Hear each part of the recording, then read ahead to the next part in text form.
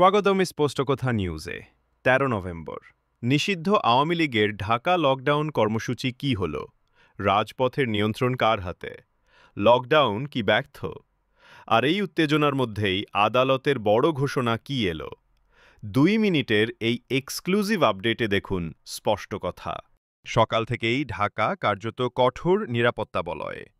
নিষিদ্ধ ঘোষিত আওয়ামী লীগের ডাকা ঢাকা লকডাউন কর্মসূচি রাজপথে কার্যত ব্যর্থ হয়েছে। সরকারের জিরো টলারেন্স নীতির কারণে দূরদূরান্ত থেকে কোনো কর্মী ঢাকায় প্রবেশ করতে পারেনি। প্রতিটি প্রবেশপথে পুলিশ, র্যাব এবং সেনাবাহিনী কঠোর অবস্থানে রয়েছে। গণপরিবহন চলাচল করছে, তবে ককটেল বিস্ফোরণের আশঙ্কায় কিন্তু আতঙ্ক বিরাজ করছে। মূলত সাধারণ যে মানুষগুলো রয়েছে তারা অফিস আদালত তথা নিত্য প্রয়োজনীয় কাজে রাজধানীতে অবস্থান করে এবং রাজধানীর রাস্তাঘাট দিয়ে চলাফেরা করে, সেই মানুষগুলো কিন্তু আজকে আমরা দেখতে পাচ্ছি না, কারণ তাদের মনে সংস্থাগুলোর কঠোর নজরদারি এবং সঙ্গে সঙ্গে গ্রেফতারের নির্দেশনার ফলে বড় ধরনের কোনো সংঘাতের ঘটনা ঘটেনি।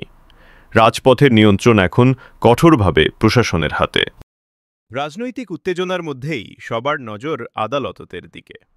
আজ আন্তর্জাতিক অপরাধ ট্রাইব্যুনাল সাবেক প্রধানমন্ত্রী শেখ হাসিনা সহ অন্যদের বিরুদ্ধে গণহত্যা মামলার রায় ঘোষণার তারিখ জানাবে।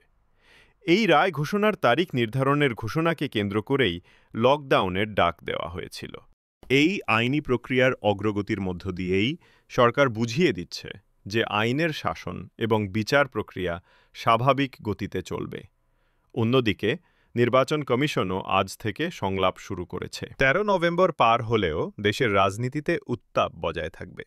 আদালতের রায় ঘোষণার তারিখ কি হয় এবং নির্বাচন সংলাপের ফলাফল কি আসে তা নিয়েই আগামী দিনের বিশ্লেষণ। এই সমস্ত ব্রেকিং আপডেট পেতে স্পষ্টকথা নিউজ চ্যানেলটি সাবস্ক্রাইব করুন।